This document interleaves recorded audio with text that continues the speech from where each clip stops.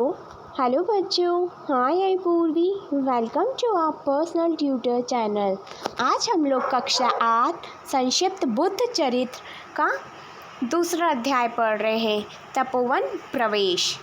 जाते हुए छंदक को विदा कर जब सिद्धार्थ ने किसी सिद्ध योगी की तरह आश्रम में प्रवेश किया तो उनके स्वरूप में सारा आश्रम अभिभूत हो गया।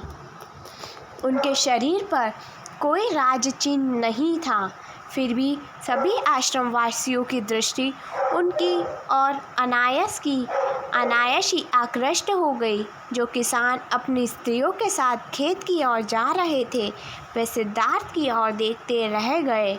जो ब्राह्मण कुमार हाथों में समाधि और फूल लिए हुए लौट रहे थे, एकटक कुमार की ओर देखते रह गए और अपने मठ की ओर जाना भूल गए। काषाय वेशधारी सिद्धार्थ को देखकर आश्रम के मोर प्रसन्न होकर बोलने लगे। चंचल नेत्र वाले मृग चरना भूलकर उनके सामने आकर खड़े हो गए और गायों के थनों से सर दूध चूने लगा। आश्रम के ऋषि मुनियों ने जब दूर से ही सिद्धार्थ को देखा तो चकित हो गए और कहने लगे, क्या यह 8वां वसु है या अश्विनी कुमारों में से ही कोई एक है जो स्वर्ग से पृथ्वी पर आ गया है। इस तरह इंद्र के समान शक्ति वाले इस कुमार से सहसा सूर्य के समान अपने प्रकाश से सभी के मन को प्रकाशित कर दिया। आश्रम में प्रवेश करने के बाद आश्रम वासियों ने सिद्धार्थ का स्वागत किया, उनका अभिनंदन किया और कुशल समाचार पूछे। सिद्धार्थ ने भी सभी आश्रम वासियों का अभिनंदन किया।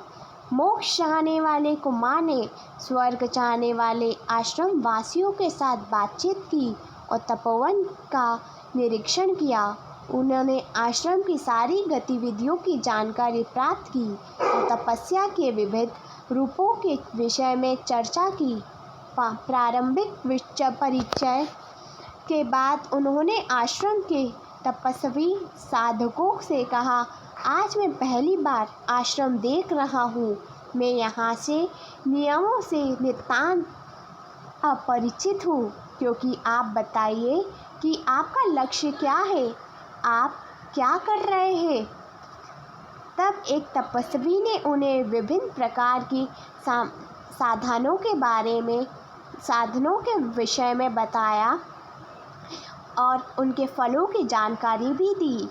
उन्होंने बताया कि कुछ तपस्वी पक्षियों की तरह बिन बिन कर अन्न चुगते हैं, कुछ मृगों की तरह तृण चरते हैं, कुछ बाबियों से सांपों के साथ रहकर वायु पर ही जीवित रहते हैं, कुछ जटाधारी साधु मंत्रों से अग्नि में आहुति देते हैं, कुछ जल में प्रवेश कर मछलियों के साथ रहते हैं।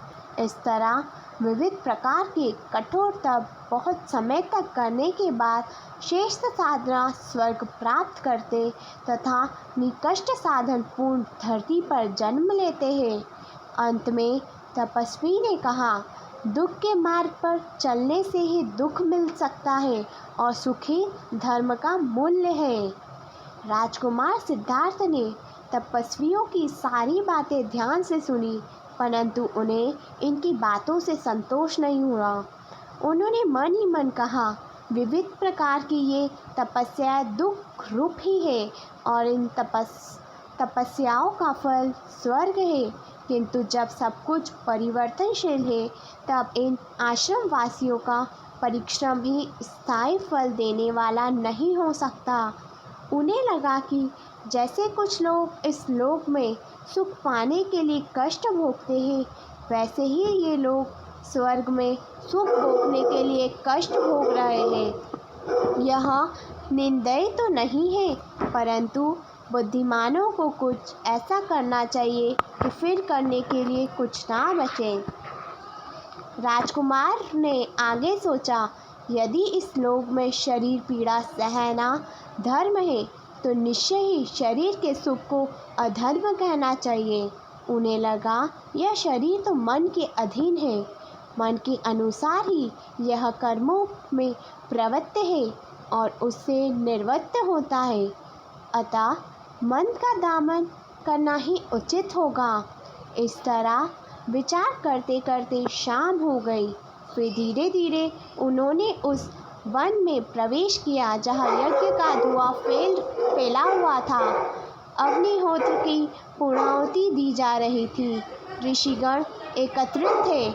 उनके मंत्रों के स्वरों से देव मंदिर गूंज रहा था और सारा वातावरण हवन के सुगंध से परिपूर्ण था।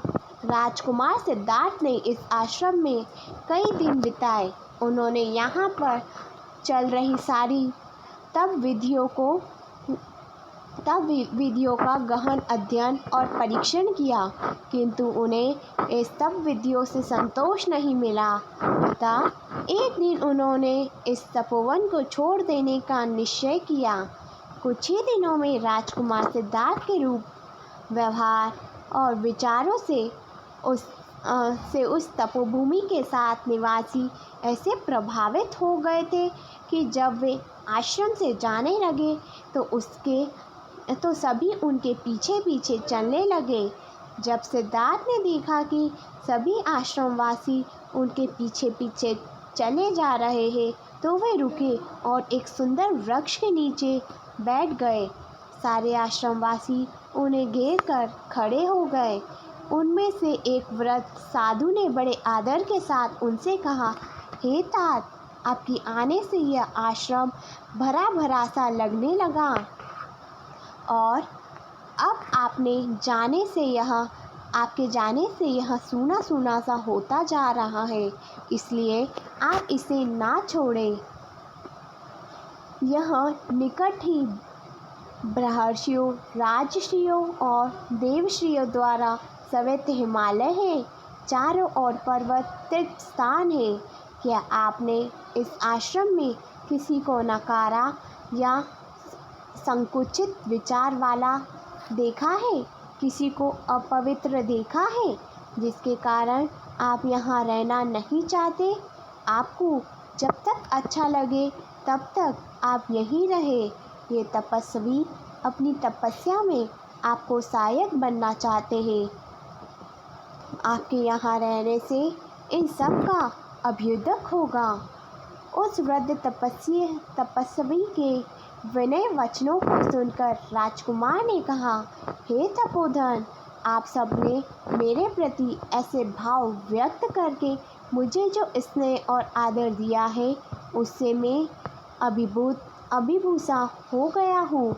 आप लोगों को छोड़ने में मुझे भी वैसा ही दुख हो रहा है जैसे अपने बंधुओं को छोड़ने पर होता है, किंतु आप सबका धर्म स्वर्ग के लिए है और मेरी अभिलाषा मोक्ष की है, इसलिए मैं इस तपोवन को छोड़ना चाहता हूँ।